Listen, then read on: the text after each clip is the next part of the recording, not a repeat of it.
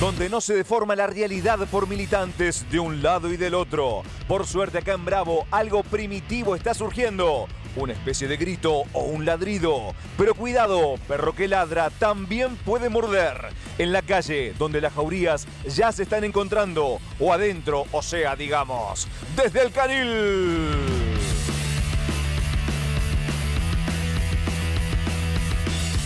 Milei contra los medios.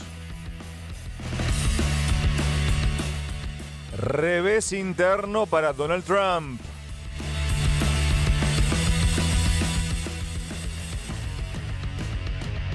Impacto del dólar y acuerdo del FMI con las tarifas. Lilita Carrió en Pascuas, más esotérica que Milei. Buenas tardes, nuevo programa de Desde el Canil, Viernes Santo, pero la información no sabe de feriados y acá estamos hasta las 19 en Bravo TV. Empezamos con todo, como siempre, esta vez con Natalia Bacareza, la sana costumbre de todos los días, todas las semanas, Milei versus algún periodista o algún medio de comunicación. Buenas tardes, Natalia. Buenas tardes a todos. Bueno, a ver, ya sabemos de que empezó el gobierno de Javier Milei. Hay un objetivo claro que son los medios de prensa. Una embestida. Exacto. Las primeras medidas que tomó el gobierno nacional fueron del corte de la pauta oficial, ¿no? Se acuerdan bien que casi el 10 de diciembre ya dijo, bueno, esto se termina y bueno, era por un año y continuó. Pero la embestida contra los medios también continúa esta semana, pero se ensañó el diario o los periodistas del diario La Nación. ¿Por qué esta vez?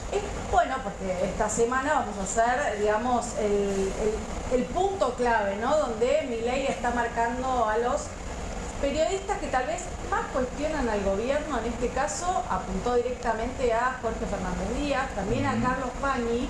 También sí. Lo tiene alquilado últimamente a Pañi. Tiene alquilado, sí. Y a Morales Solá. Todos también tienen alguna presencia en la televisión, pero también la pluma en el diario La Nación, con críticas sobre todo de las medidas que tomó el gobierno nacional.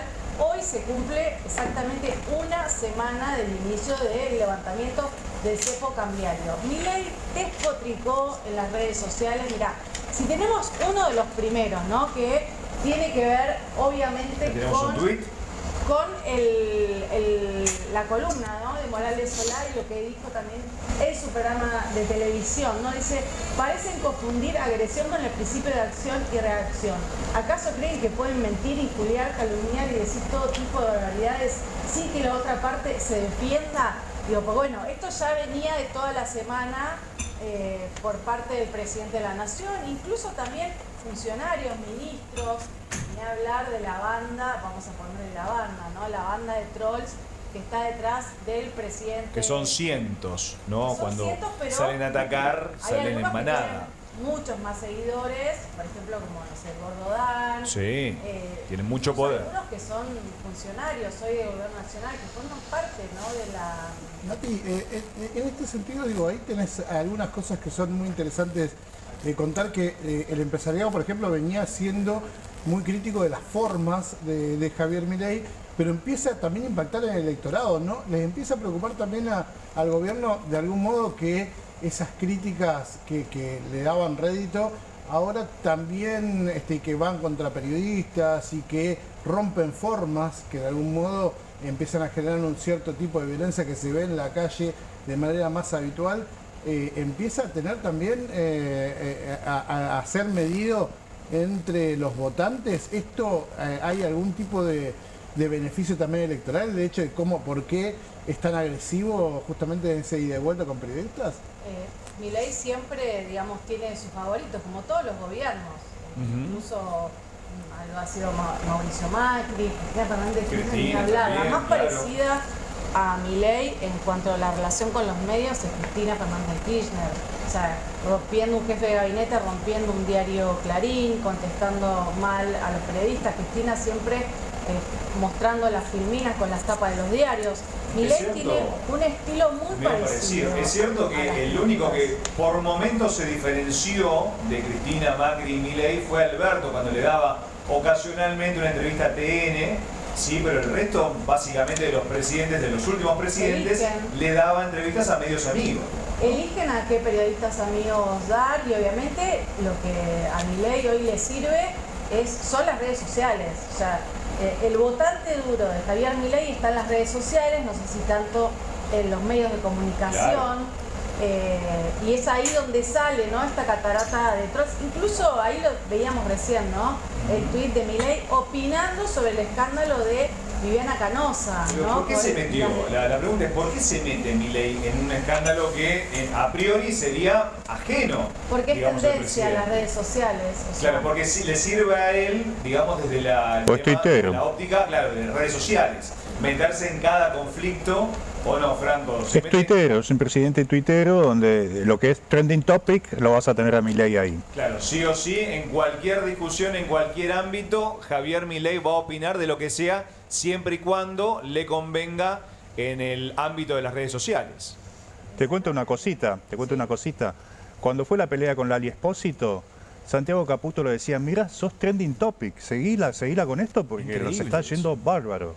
O sea, claro, ellos miden la cantidad de visualizaciones o de reacciones a una publicación y Santi Caputo como una especie de community manager, digamos, claro, ¿no? Como un CM como de Milei. Hay también un golpe a los medios tradicionales, ¿no? Eso es un síntoma de época también, me parece, como para sumar un poquito a lo que decía Franco. Esto de despotricamos contra los medios tradicionales, lo que estaba hablando Nati, y reivindicamos a las redes sociales donde es la ley de la selva, ¿no? No hay ningún tipo de legitimidad absoluta de todo lo que es el discurso y es un campo libre para las noticias falsas. O sea que la semana que viene o la otra o capaz que mañana o en estas horas, Nati, va a haber un nuevo ataque de Milei contra algún periodista seguramente. Todas las semanas siempre apunta alguno, en este caso, bueno, fueron estos tres del diario La Nación. Sí. Y bueno, como te decía, ¿no? Los tuiteros o los trolls del gobierno nacional empiezan a replicar, ¿no?, incluso el mensaje del presidente de la Nación, incluso sus propios comentarios, que después retuitea furiosamente el presidente. O sea, es como una catarata. Vos entrás al tweet o a X de la cuenta de Javier Milei y creo que tiene casi, no sé, 50 reposts durante un solo día. Exacto. Sí, ¿cuándo trabaja, digo, no? Sí, sí. ¿Cuándo duerme y cuándo trabaja? Claro, o sea, le da entrevistas a Fantino, retuitea y después duerme, la ve a Yuyito y de vez en cuando trabaja. Bueno, veremos a quién o con quién se le agarra la próxima vez el señor presidente. Franco Lindner, bueno, semana de Pascuas, semana de religión a full. Viernes ¿no? Santo. Viernes Santo, claro. Lilita Carrió en Pascuas, gran pregunta, ¿es más esotérica que Javier Milei en estos días? Vos sabés, Fede, que Milei no es el único político de este país que habla con Dios.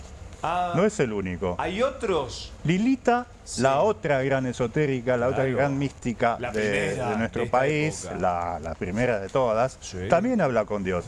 Te diría más, te digo que cuando Milei lo llama a Dios y le da ocupado es porque está hablando Lilita en ese momento. Está congestionada la línea. Y viceversa. Tremendo. Conan, ¿no? Conan también. Claro, y está el Papa también, que tiene un método más tradicional, que es rezando. Claro, pero sí, cuando Milei llama y le da ocupado, es que está Lilita en la línea Dios, hablando con Dios. Veamos lo que tuiteó Lilita este Viernes Santo. Sí. Está ella en Corrientes y pasó en sus redes sociales un extenso pasaje de la Biblia, que es el Pasión de nuestro Señor Jesucristo según San Juan, versículo 18:1, y donde habla de Jesús y Judas y Jesús que sale con los discípulos, 5 páginas enteras de religiosidad, de misticismo, y además subió un video desde Corrientes porque está haciendo un tour por unas 7 iglesias, 7 el número mágico, que hay ahí.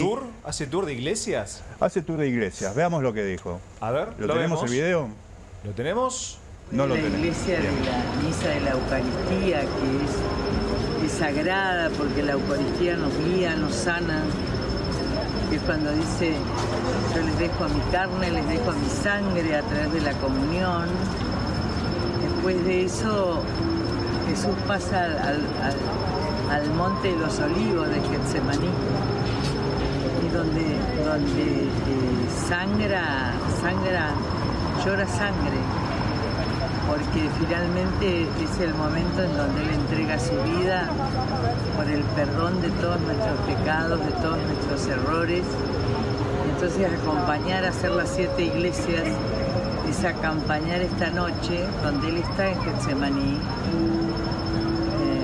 Yo lo viví en Getsemaní, ahora lo quise, siempre voy a Buenos Aires, pero bueno, ahora lo quise pasar acá en Corrientes porque es la tierra de nuestra patria, ¿no? Decía Borges que en Corrientes se siente de cerca la patria, y es verdad.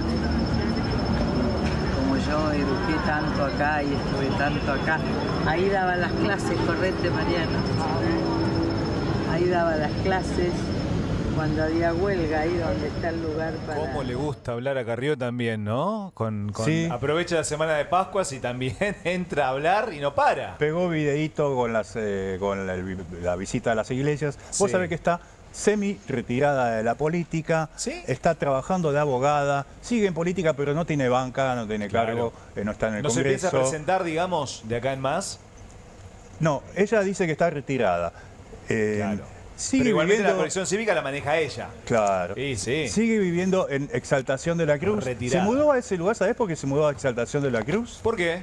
Porque le gustó el nombre. Claro. Exaltación de la Cruz. Claro. Por el nombre se mudó. Es así, Qué chicos. religiosa ¿Y saben que es. quién la inició en este misticismo, en este camino religioso a Lilita hace ya bastantes años? ¿Quién? Ahí teníamos la foto de una vidente, no sé si la volvemos ¿Una vidente? la podemos volver a poner. Ajá. Una vidente que, que vivió en la casa de Lilita, a la que Lilita conoció allá por el año 98. Ahí la vemos. Se llama Andrea Pariente. Sí. Es una vidente de Bahía Blanca. Vivía en la casa de Lilita. Lilita, la particularidad de esto es que Lilita le afanó, le ¿Cómo? plagió sus profecías. ¿En serio? Las profecías a esta vidente.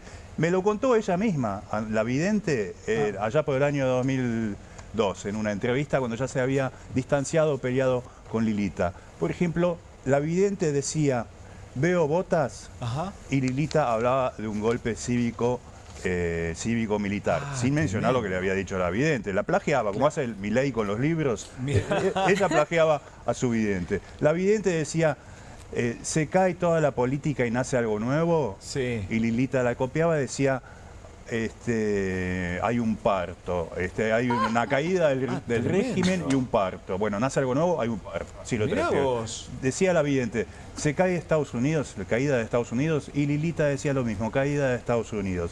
La vidente me decía: yo tengo videos de la televisión de Bahía Blanca en donde yo decía todas esas cosas en 1995, me los mostró los videos. ¿Y la Es copiaba verdad. Carrió? Y Lilita la copió, la tenía en su Increíble. casa, pero la plagió. Claro, no le anticipaba que iba a perder en las elecciones No, y que todo no, eso. claro. No, eso no se lo dijo. Eso justamente no. Te cuento una cosa muy loca. Año 2002, Lilita con la comisión antilavado tenía que viajar a Estados Unidos, tenía que tomarse un avión a Estados Unidos. No se lo tomó porque la vidente le dijo: veo amenazas en el aire. Ay, por favor. Los colaboradores de Lilita no lo podían entender. ¿Cómo no nos vamos? No, hay amenazas en el Lo aire. dijo la vidente, Y no me nos dijo vamos la nada. vidente: menos mal que no se subió el avión, porque fue lo de las Torres Gemelas después. Pero yo no le se le dije- pegaba a la pero vidente. eso fue un año después, le digo yo. Bueno, sí, las fechas nunca fueron lo mío. Lilita decía... Pero sos vidente. No. Bueno, pero chicos, demasiado. Lilita decía: a ella pídanle hechos, no fechas, porque las fechas no eran lo...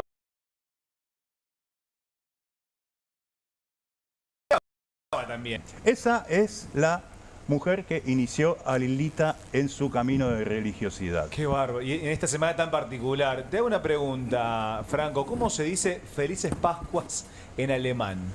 Frohe Ostern. Frohe, a ver, Frohe Ostern. ¿quién se anima del equipo a decirlo? A ver. Frohe Ostern. ¿Y sabe cómo se dice conejo de Pascuas? A ver, ¿cómo? Osterhase. Osterhase. Osterhase. Muy bien. De a poquito estamos aprendiendo alemán con Franco Lindner. Muy bien. Cecilia degli Innocenti, usted tocó el bolillero. Bueno, revés interno para Donald Trump. ¿Qué pasó? ¿Empezaron a desconfiar los estadounidenses de su presidente? Los ciudadanos estadounidenses, digamos que mucha bola a la política exterior en general no le dan. Uno podría decir que están más preocupados por la economía. Por lo interno, como claro. vimos en la campaña electoral, que un módico 8% de inflación anual le costó la campaña a Joe Biden. Pero así todo, con el cambio en la política exterior que imprimió Donald Trump, sí empiezan a prestarle más atención, y esto se vio en los números, porque tanto el gobierno, por ejemplo, libertario, como el gobierno republicano en Estados Unidos miran las encuestas, a pesar de que después quizás probablemente digan que no les importa, ellos las miran porque no deja de ser un termómetro social de gobiernos que todavía se están jugando la legitimidad de ejercicio, ¿no? Donald Trump se encamina a los 100 días de gobierno y la política exterior fue una de sus principales armas, valga la redundancia, para implementar su programa de gobierno y sus promesas electorales a un electorado que está permanentemente demandando respuestas. En este caso hay una encuesta muy interesante de un instituto que se llama Pew, que es muy conocido, muy respetado en Estados Unidos, porque además se mantiene en un péndulo medianamente estable de lo que es el electorado demócrata y el electorado republicano, y traza la comparativa desde ese lugar. Y un hallazgo que hicieron a principios de abril fue que hay sensaciones mixtas, o diría que hasta negativas, respecto al giro de la política exterior del magnate republicano. Sí. Negativas, ¿por qué principalmente? Son los principales titulares, ¿no?, que nos dejó Donald Trump desde que asumió la presidencia el 20 de enero. Bueno, hemos visto que no solamente se impuso como el solucionador de los grandes conflictos globales en Gaza o en Ucrania, acercándose, por ejemplo, a Vladimir Putin, sino también retira a Estados Unidos de acuerdos importantes como el Acuerdo de París o la OMS, ¿no?, que tienen que ver con este garrotazo que él le imprime al multilateralismo, ¿no?, de la primera potencia militar y económica del mundo, y la que sostiene los principales programas, por ejemplo, de la ONU, son las que más plata ponen. Entonces una retirada de Estados Unidos a todo el mundo le va a preocupar. Bueno, a los estadounidenses no les cae muy bien del cambio que imprimió Donald Trump, por ejemplo, en el caso de Putin, ¿no? Este acercamiento completamente disruptivo en función de su antecesor. El 43%, por ejemplo, de los norteamericanos reprueban o desconfían al menos del acercamiento de Washington y Moscú. Pero ¿cómo desconfían? A ver, ¿esperaban otra cosa de Donald Trump? Porque en el anterior mandato se llevaba bien con Putin. ¿Qué esperaban? ¿Que rompa relaciones con Putin? Pero primero se juntó con el de Ucrania, entonces Zelensky. dijeron, ¿qué onda? Después se expresó a favor de Putin y sí, ¿para qué lado juega? ¿No? Digo, claro, por eso, pero muestra eso, la gente ahora, Ceci, la gente que ahora dice, bueno, estoy en contra de la política exterior de Trump, ¿qué esperaban de Trump que hiciera particularmente con Putin? Es una excelente pregunta, y creo que lo que dice Nati sería también lo que uno pensaría, ¿no?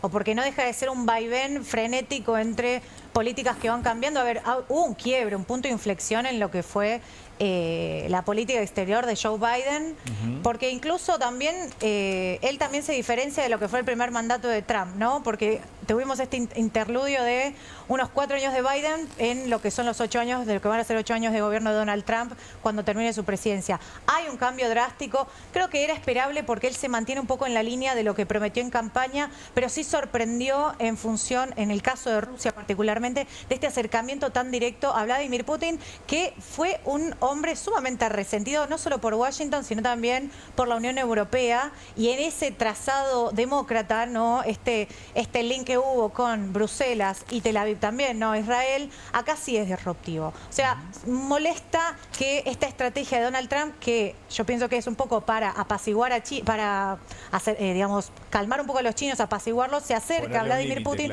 que Vladimir Putin es un líder que es autoritario a los ojos occidentales. Es un tipo que hace más de 20 años que está en el gobierno, y esto no cala muy bien. Y después hay otros puntos en los que también los norteamericanos se mostraron de mínima reticentes con esta política exterior, que no descarta anexar territorios de otros países como Groenlandia o Panamá. Entonces, bueno, ya se juega en otros órdenes. Claro, pero igualmente ya tiene una costumbre histórica Estados Unidos con esto de anexionar, pero en este caso están en contra de esta política de Trump. Veremos qué es lo que pasa en los próximos meses y el accionar principalmente del presidente estadounidense. Ariel Maciel, bueno, la inflación, el tema o uno de los temas que principalmente preocupan a los argentinos. ¿Mantiene la presión justamente este dato inflacionario? Sabés que en los primeros 15 días en la canasta alimentaria de los alimentos en la ciudad autónoma de Buenos Aires,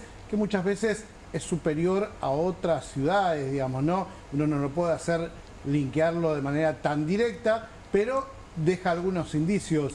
Los primeros 15 días lo que muestra es que en la ciudad de Buenos Aires los alimentos subieron casi un 5%. Epa, es muchísimo, A pesar de que después del anuncio de los cambios económicos, de la flotación, de esta evaluación, algunos supermercados hayan devuelto la mercadería que le mandaban fabricantes con remarcaciones entre el 12 y el 15%, lo que están diciendo es que de todos modos los alimentos habían subido antes, digo, el 3,7%.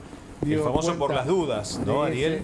Sí, y además porque hay mucha presión en costos. En un ratito lo vamos a escuchar a Euge también contándonos digamos, qué costos ocultos tiene la industria que generan una presión para un traslado a precios, y no se termina de consolidar ese traslado porque hay un problema muy grande que es el consumo. Claro. Recién me contaba algunos datos. Por ejemplo, una casa de deportes que vende muy bien la primera parte del mes, dice que en la segunda parte no entra nadie, pero no entra nadie ni a averiguar cuánto. Ni siquiera preguntar precios.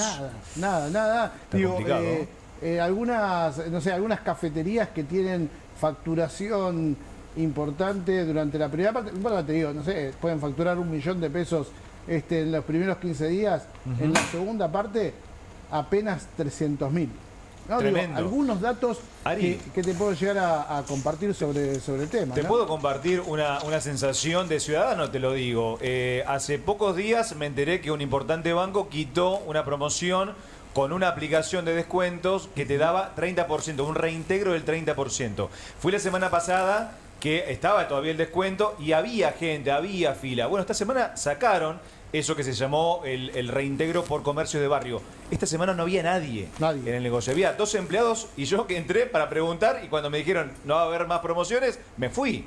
Porque realmente la gente busca eso, descuentos, promociones o cuotas. De hecho, le está pasando mucho, e incluso algunos se terminan enojando de los consumidores con el banco o la administración provincial porque son bancos públicos los que hacen generalmente este tipo de promociones. ¿Cómo me vas a sacar eso? Lo fueron recortando en distintos ámbitos. ¿Sabes qué? El Fondo Monetario Internacional puso metas de inflación también, ¿no? Si la Argentina debiera cumplir la meta máxima de inflación, de acá a fin de año tiene que tener una inflación del 1%. No, bueno, ya en abril no va a pasar. No va a pasar, chicos. Va a estar entre el 4 y el 5, veremos por dónde anda. Si va a la segunda, que es el 23%, y va a un 4%, por ejemplo, en abril, desde abril en adelante hasta diciembre tendría que tener una meta inflacionaria del 0,6%. No, imposible. Pero 4 sería ya... No, es una locura. Pongamos que nada, atendemos las explicaciones del gobierno, que habla de que hubo remarcaciones estacionales, el tema de la carne, algunos precios que tienen que ver con la canasta escolar, digamos, no, cuestiones que están vinculadas con lo estacional, y que eso no es una tendencia, y que no va a haber pass-through de este 10% de devaluación. Es difícil que baje. Que se cumpla, claro, que se cumpla.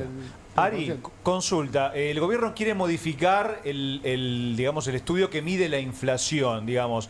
Cortito, ¿cómo sería ese cambio? ¿Y sería en los próximos meses? Mirá, ¿sabes qué?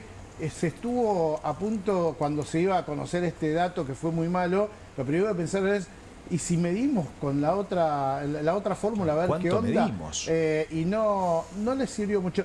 Voy a sumar a Euge Mucio para que nos cuente un poquito de qué se trata justamente de este sistema que mucho se discutió, porque la oposición también le reclamaba al gobierno por qué el INDEC no pone en marcha este sistema que viene hace tiempo, ¿no, Euge, preparado? Bueno, tenía que estar para octubre. Exacto. El dato es que tenía que estar para octubre y el gobierno lo viene retrasando justamente para beneficiarse de la medición que es antigua. ¿Por qué? Porque se basa en la encuesta de gastos de hogares del 2004. Muy viejo. Es, digamos, sobre la base donde toma la medición, la inflación se mide promedio del mes anterior por promedio del mes que justamente se está midiendo.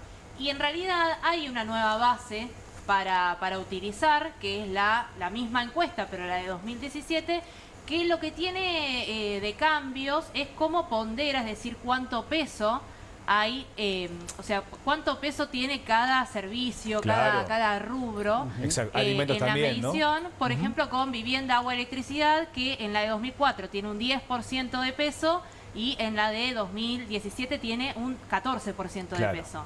En las comunicaciones, por ejemplo, tiene un 2,8 y puede pasar a 5,2, siempre en el peso. ¿Por qué? Claro. Porque en 2004 no usábamos la telefonía celular como la utilizamos ahora, no usábamos el internet como lo usábamos ahora, incluso la electricidad, el agua, el Euge. gas, y tiene mayor peso en esta nueva medición. Hablando justamente de, pasamos de alimentos a tarifas, ¿no? Te quiero Sí. preguntar acerca de este universo tan particular que nos afecta y también a los argentinos y nos afectó en el 2024, ¿sí? Con aumento del gas del 500, 600%.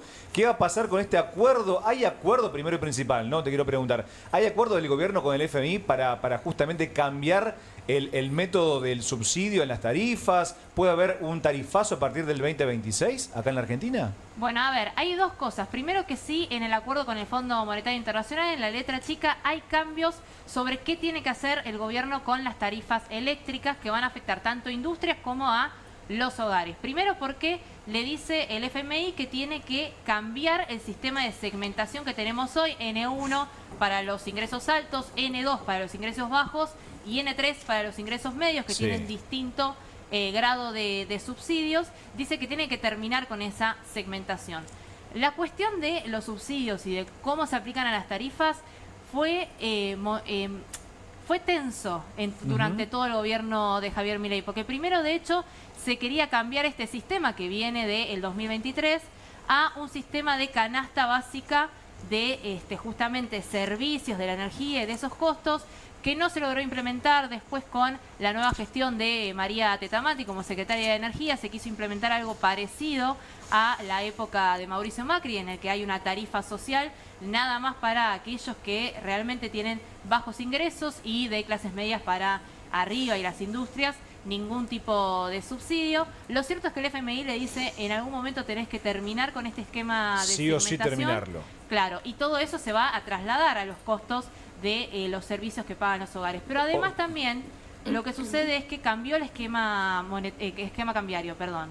Tenemos Sí. un esquema que va de 1.000 pesos a 1.400 de flotación libre, sin ningún tipo de intervención del Banco Central. Y cada cambio que hay en el dólar oficial y el mayorista, sobre todo, también es un impacto en las tarifas. ¿Por qué? Porque los costos están dolarizados. Si vamos a la energía es un 85% y si vamos al gas es en un 100%. Y el costo, en realidad la generación de energía, tiene costos también dolarizados, porque para generar energía, por ejemplo, utilizan gas. Sí. Entonces, ya ese dolarizado del gas se traslada a la generación de energía, que se traslada después a las industrias y O sea, después a las tarifas en los Euge, hogares, y aumentan el peso justamente de las tarifas. Claro, si baja el dólar a 1.000, por ejemplo, ¿deberían bajar las tarifas o estoy equivocado? En ¿O no los es tan te- lineal? no es tan lineal. No, en realidad el sistema energético viene intentando recomponer precios, pero además Claro, hay que algo. ya estaban atrasados, digamos, Claro, según pero ellos. además hay algo. En invierno aumenta la cantidad de energía que utilizamos, Claro. tanto en las industrias como en nuestros hogares. Entonces ya de por sí el costo en dólares va a ser mucho más alto, Ujú. y aunque el dólar esté a 1.000 pesos o 1.100 o no sea tanta la devaluación, entonces ahí las tarifas van a ser más altas. Y esto cortito para ir cerrando. Dale. El gobierno es el que decide cuánto traslada. Claro. Porque del 100% del aumento del dólar, traslada más o menos un 50%. ¿Cuánto traslada de eso? Lo define. Y si es menos traslados, más subsidios. Bueno, lamentablemente se viene, por lo que estamos escuchando aquí en el piso, un tarifazo en 2026 que va a perjudicar principalmente la clase media, porque va a haber dos segmentos, los que tienen y los que no tienen subsidios. Volvemos a dar vuelta a la ronda, digamos, Natalia Bacareza. Hay alguien que se mete en campaña y no es Javier Milei. Pero Miro es Milei. el reloj para ver ¿Cómo? Miro el reloj para ver en qué día estamos. A ver por qué Falta lo dice. un mes. Falta un mes, es cierto. nada Estamos más. hoy en 18 de mayo. 18. Estamos en vivo, hay que reiterar, estamos en vivo hoy Viernes Santo aquí en Bravo. Falta un mes para las elecciones en la ciudad de Buenos Aires. Sí, falta un mes. Así Elección es. importante. Una elección muy importante. Ya la mayoría de los candidatos están desfilando por todas las calles de la ciudad de Buenos Aires. Algunos con elecciones, ¿no? De qué distrito va y también con qué personajes. Una de las protagonistas de esta campaña electoral de La Libertad Avanza es Karina Milei. Se metió nomás. Incluso lo acompañó bastante en casi todas las recorridas. ¿Se acuerdan cuando Javier Milei era candidato a presidente? Claro, ¿no? obvio, Ella siempre estaba al lado. secundándolo en todo. Bueno, y ahora lo mismo con Manuel Adorni, que es el primer candidato a legislador porteño de la ciudad de Buenos Aires, que empezó una recorrida por la zona norte, ¿no? Casualmente la zona norte de la ciudad, Qué tal vez raro, de ¿no? preferencia del PRO. Claro, sí. Aparte, ahí está su segmento que más lo votó a lo largo de la historia, ¿no? Hoy por hoy se está debatiendo el segundo y el tercer lugar. Ya el primero puede Sí. ser que se lo dan a Santoro, tal vez. Bueno, a ver. En la sección norte de la, No, de la capital. en la capital. Ah, en la capital directamente. En la capital, en la ciudad de Buenos Aires. A ver, ¿qué pasa? Si la Libertad Avanza llega a ganar ese segundo puesto y el PRO queda en tercer lugar, anda a debatir las listas en la ciudad, en la provincia de Buenos Aires. Olvídate. Después. O sea, ¿qué es lo que dice la Libertad Avanza? Nosotros vamos a pintar de violeta todos los barrios de la ciudad de Buenos Aires. Se va el color amarillo, obviamente así arrancó la campaña electoral. Pero si querés, miremos cómo se metía Karina Milei acompañando a Manuel Adorni en estas caminatas por la ciudad de Buenos Aires. Lo vemos.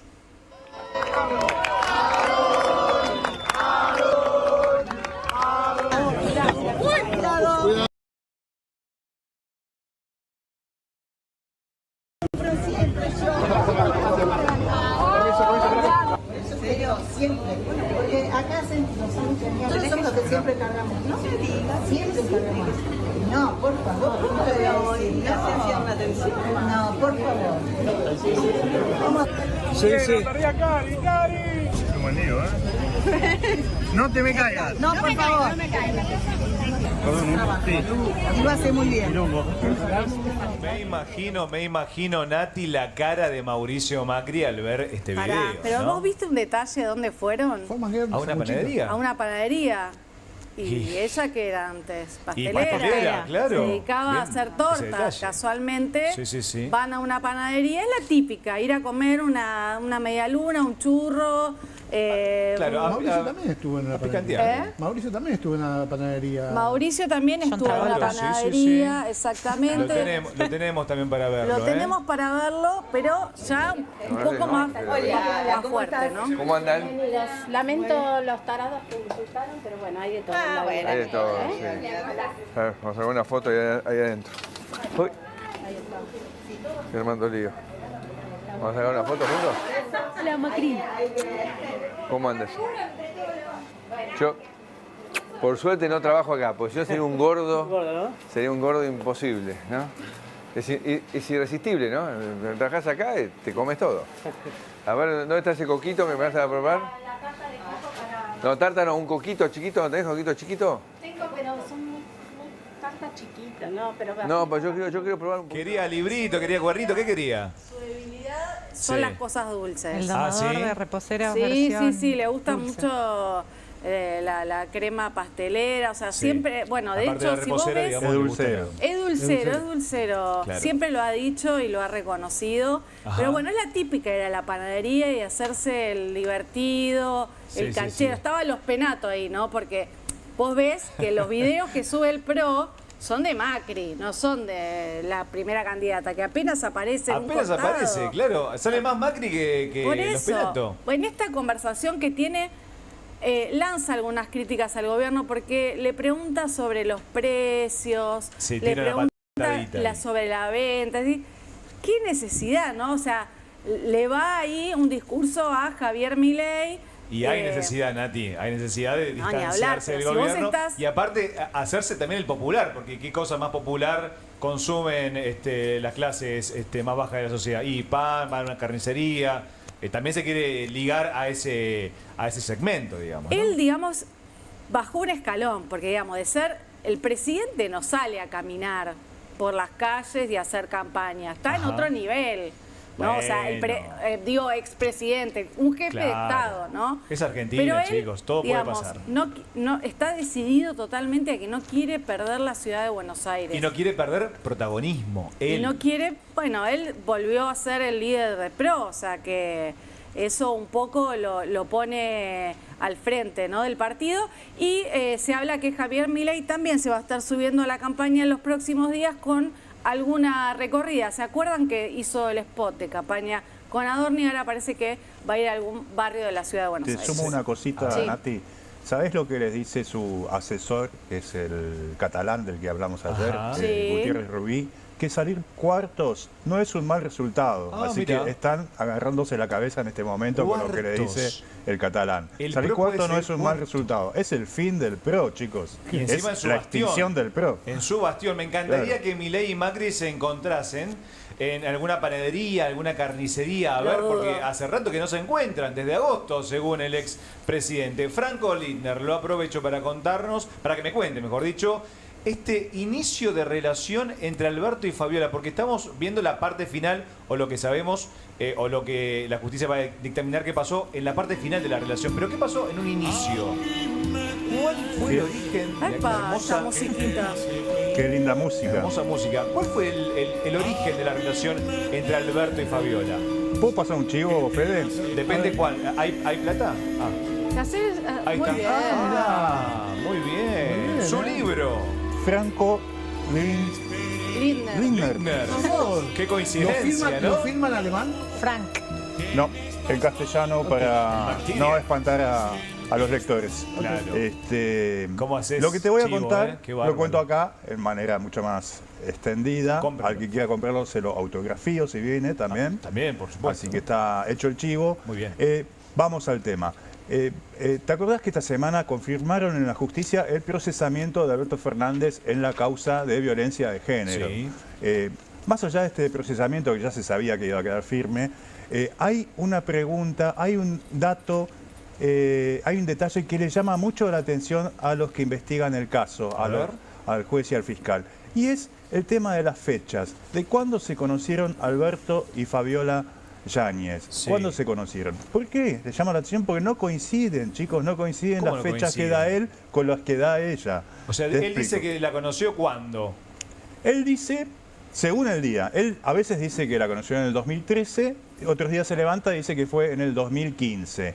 Por ejemplo, a INECO, donde ella se estuvo tratando, el Instituto de Facundo Manes, de Neurociencias, le dijo que fue en el 2015 y que era una relación medio esporádica, con altibajos.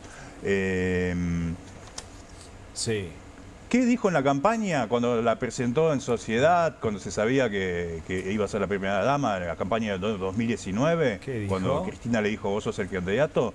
Ahí la versión oficial que dieron los dos es que nos conocimos en el 2013. Ahora, aunaron fechas, digamos. Sí, después él contó otra cosa. ¿Qué pasa en la justicia? Que Fabiola da otra fecha. ¿Cuál? Habla de 2010. En agosto del año pasado, cuando declaró, dijo que fue una relación de ya 14 años. O sea, 14 años, no 2024 menos 14, a mí me da, por lo menos a mí me da. Haya hecho la cuenta expert. Viste que capaz que se equivoca a veces el diputado. Da 2010.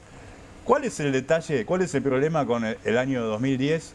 Hay un pequeño detalle que se llama Vilma Ibarra, que era la pareja de Alberto Fernández por año 2010. Entonces, no me queda claro si Fabiola y Alberto estaban juntos en 2010 y Alberto estaba en pareja con Vilma Ibarra, o era bígamo, no creo, ¿no? O era la amante Fabiola, no se entiende mucho, es medio desprolija toda esta historia. Sí, bastante. Te digo, hay dos versiones. Esto es cuando se conocieron. Vamos al cómo se conocieron. La versión oficial y la versión blue. Vamos con ¿hay una versión blue? La versión blue. Tengo miedo, Franco. Sí, sí. La versión oficial es la que ellos contaron en la campaña del 2019, que decía que Alberto en el año 2013 lo invitan a dar unas charlas en la Universidad de Palermo. Ella, Fabiola, estudiaba en la universidad, estaba también en el área de recursos comunicacionales, digamos, los que invitaban a la gente. Y a ella le toca invitarlo a dar la charla. Quedan en contacto después de eso, ella lo llama para que lo ayude él la ayude en su tesina. Linda relación. Que es la relación kirchnerismo-Clarín. Alberto encantado, la invita a tomar un café, la ayuda. A partir de ahí no se separan más. Esa es la versión divina en un claustro académico, a la luz del día, 2013. Vamos a la versión blue. Que es la que alimentó. Miedo de lo que vas a contar, Franco. Es la que ¿Está chequeado esto? Mira, la cuenta en off el propio Pepe Albistur, que es el amigote de Alberto Fernández, lo mandó a Alberto a contar esta versión cuando estalló el escándalo. ¿Por qué cuenta esta versión? Porque no la deja tan bien parada a Fabiola. ¿Qué dice Pepe Albistur? Chicos, no se conocieron en un claustro académico, no se conocieron en la Universidad de Palermo. ¿Y dónde entonces? Se conocieron en la noche. ¡Epa! Se conocieron en la noche. ¿Qué significa esto? Fabiola, por esa época, año 2009-2010, era modelo. Además de estudiar periodismo, era modelo. Había modelado en Hacía Rosario. teatro con Gianola también, ¿no? Había desfiles en Canal 26 con Susana Rocasalvo. Trabajaba de modelo. Claro. Hay una foto ahí, no sé si la podemos poner, de la joven Fabiola modelo. Sí. Ahí está, en una fiesta. Boliche, ¿no? En una fiesta de Jet Lang, la Halloween Chandon. Que están al la lado? fiesta Halloween Chandon, disfrazada de. Esa es su amiga, Sofía Pachi, su amiga del alma, con la que después se peleó en la fiesta de Olivos, que era también modelo. Sofía Pachi llegó a la tapa de la revista Hombre, ¿no? Una revista masculina. Erótica, ¿no? Sí. Revista erótica. Bueno. Me comentaron. Lo que decía Pepe, se conocieron en la noche, en una discoteca, en estas discotecas donde coinciden hombres del poder, hombres de la política, hombres de la empresa con chicas lindas, modelos. ¿Un club social? Algunos hablan de Asia de Cuba. ¿Cómo? Que queda ahí a la vuelta de donde vive Alberto, en Puerto Madero. Asia tiene de mucho Cuba. renombre ese lugar. Creo que ya no está más, me parece, ¿no? Tiene mucho renombre, Franco. Sí, sí. Mucha historia. No sé qué historias escuchaste vos. No, historia de encuentro, de gente que está sola y se apapacha allí. Bueno, eso dice la versión blue. La versión blue. Hay un dato más en la versión hay blue. listas VIP en Asia de Cuba. Ajá. ¿Qué? Sí, hay listas VIP en Asia de Cuba. ¿VIP? Mucho político metido ahí. Mucho político, sí. Mucha modelo también. Hay un dato adicional que cuentan ahí cerca de Alberto, que es ¿quién fue el Celestino? ¿Quién la conocía ¿quién de antes unió a Fabiola? esta pareja? Anota esto. A ver. José Luis Manzano, dicen. Que es un tipo también Van a conocido ir a buscar a vos. por su buen gusto con las mujeres. Sí, ¿no? sí. La conocía de antes y le pasó el contacto a Alberto. Eso dicen algunas fuentes bien informadas en este caso. Qué personaje. ¿Te gustó la versión blue? Me encantó. Me dejan un par de baches ahí mentales, pero bueno, después lo Me hablamos. quedaron muchas preguntas dando Muchas vuelta, preguntas. pero Bueno, hay que va a leer haber- el libro para Hay eso. que leerlo. En el libro cómprelo, tenés señora, la versión señor. uncensored, sin ¿Cómo? censura. ¿Dónde, ¿dónde encontramos el libro? En cualquier librería. Cualquier Me librería. encanta. Por internet también. También. Eso, mostralo un poquito. Planeta. ¿no? A De ver. vuelta. Editorial Planeta. Lo tengo acá. El martirio, Chivex. señores. Franco Littner. Promete autógrafos en alemán. Tremendo. En alemán, en castellano, en lo que quieran. Para terminar, Franquito, ¿cómo se dice modelo en alemán? Frauenmodell. Oh, no. Modelo femenina. Claro, Porque si no puede ser el modelo de Toto De Caputo, Frau. ¿entendés? No, por favor, te lo pido. Frauenmodell. Frauenmodell. Ay, qué historia, qué historia. Bueno, volvamos a un poquito a la agenda internacional, Cecilia Degli Innocenti. Bueno, un juicio antimonopólico contra Mark Zuckerberg. ¿De qué se trata esto? Fede, ¿qué pasa si yo te pregunto ¿cuál es el principal medio por el cual los políticos hoy se comunican con sus audiencias o con su electorado? Redes sociales. Redes sociales. Por eso Sí. es que es importante lo que está pasando con la justicia de Estados Unidos y la aplicación de normativas antimonopólicas contra las grandes corporaciones tecnológicas. Estamos hablando de Mark Zuckerberg, el dueño de Meta, ¿no? Esta mega compañía que compró hace 10 años. Él dice qué es lo que sale, qué es lo que no sale, no de manera tan directa, pero sí, por ejemplo, ellos habían aplicado ciertas normativas de todo lo que era la difusión